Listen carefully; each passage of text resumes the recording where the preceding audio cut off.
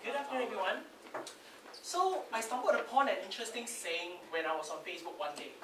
Imagine if trees could give off Wi-Fi signals. We will all be planting trees right now, right? And we will have so many trees, we could probably save the planet too. I'm sure you and I will be on a tree planting spree too. In this digital age, it's of paramount importance to stay connected at all times, everywhere we go. And computers, mobile phones, they are at the center of our attention, right? But too bad, plants can only give off oxygen that keeps us alive. According to the United States, 1 million hectares of forests are lost annually due to development in Southeast Asia. 1 million hectares. That's about 14 Singapore put together. You can imagine the amount of devastation and destruction that's taking place every year. And seriously, deforestation is dark and full of terror. So with the forests that are cleared, we also see that bees are affected. Their population is declining, and what happens when all the friendly and nice bees are gone?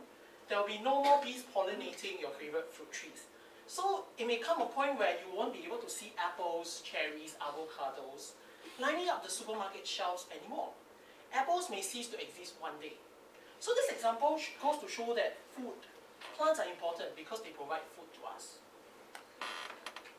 Probably one day, when the last tree is cut down, the last fish is eaten, then we realize that, regretfully, money cannot be eaten. So when I was young, studying science in primary school, I enjoyed my lessons thoroughly because we get to grow things like bean sprouts. We learn about new plants in the textbook, and what I will do is after class, I'll go down to the neighborhood to look for plants that I studied. And it's always a joy to find them on the roadsides. And you are able to see it, appear in your life. But children these days, they don't really care about that anymore, do they? They like to play their computer games in a very sheltered, very air-conditioned and clean environment. They hardly know plants around them anymore. And it's so serious that it has become a concern for the National Institute of Education Singapore, NIE, to conduct a study on the science syllabus in 2014. So they believe that this problem of children not understanding plants, not recognizing plants, can be reversed if there is a deeper and stronger plant education in Singapore. The phenomenon of children not befriending plants, not knowing plants, is actually not just localized to Singapore, it's also in the UK. Jamie Oliver, aka Nugget Chef, he actually realized that children don't even know tomatoes. The fruit that we love to eat every day, it's on our pizza and so on. So what he did was, during his show called The Food Revolution, he held out a tomato and asked the children, a classroom full of 6-year-olds, what is this? Nobody knew what it was. Nobody could answer him. There was a long silence until a brave boy decided to voice out his answer. He stood up and yelled, it's a potato.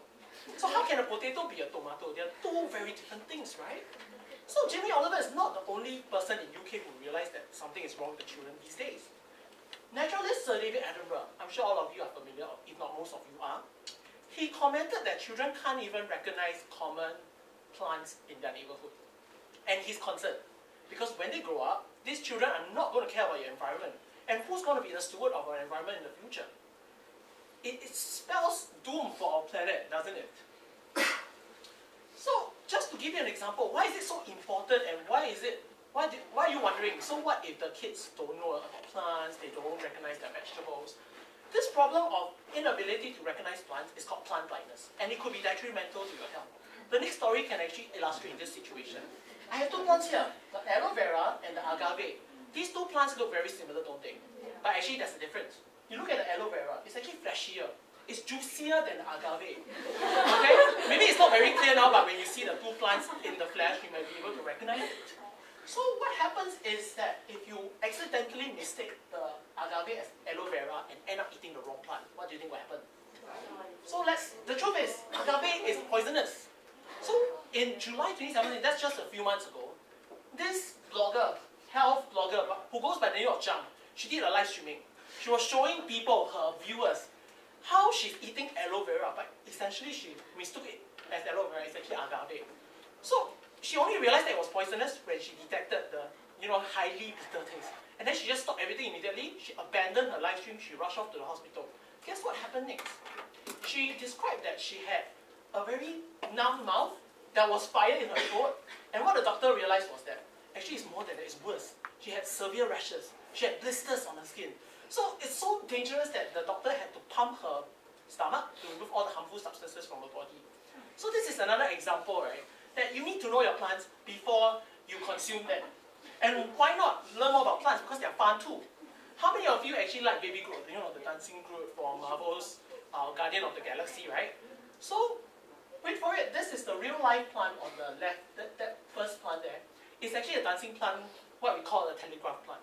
So when you play music to it, right, the leaves will twitch. And it looks like it's dancing to the music. So it's very cute, right? The second plant here is the mimosa. I don't think it requires extra introduction. It will just close its leaf when it senses danger. And the last one is most interesting. So the vine on the right is actually called Cuscuta, that one. It's different from most plants because it doesn't produce leaves. So how does it undergo photosynthesis to make food for itself, right? So essentially it's a parasitic plant.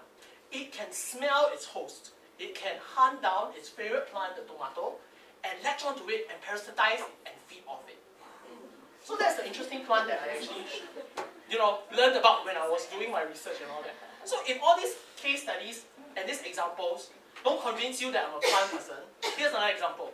After I finished my internship with NParks, I worked with the National Parks Board full-time to take care of the Singapore Botanic Gardens plant collection. I just graduated from NTU Biological Sciences, and then I moved on to work with these two wonderful gentlemen here. They are very hardworking people, and together we created some lovely plant displays at Singapore Botanic Gardens. I went back to check recently, my plants are still there. So after working with them, we actually organized this event called Trees of the World, where social groups and children, they got together to decorate Christmas trees to brighten up the festive season. So one of the groups that I like particularly is this tree that was created by the people from Singapore Kindness Movement. So they brought along a single lion and placed it there as a decoration. So this story actually shows that plants have the ability to bring people together, and I particularly like that. So as we all know, Singapore is a city in the garden right now. We have seen the super trees at the Gardens by the Bay. We have seen the bandstand at our UNESCO World Heritage Site, Singapore Botanic Gardens. Greenery is essentially at the heart of what we are, and it's part of our DNA. As the saying goes, the grass is greener where you water it. It takes a village to build a city in the garden. You can also play a part too, by making Singapore greener and fighting plant blindness. For me, I'll continue growing my plants in my office, in my home, despite the fact that my parents have repeatedly scolded me for growing too many things around. But I'm not going to stop. Why? Just look at the blooms. They're beautiful, aren't they? The love from nature is tremendous, and we should embrace it. In closing, don't take plants for granted. Your attention is wanted.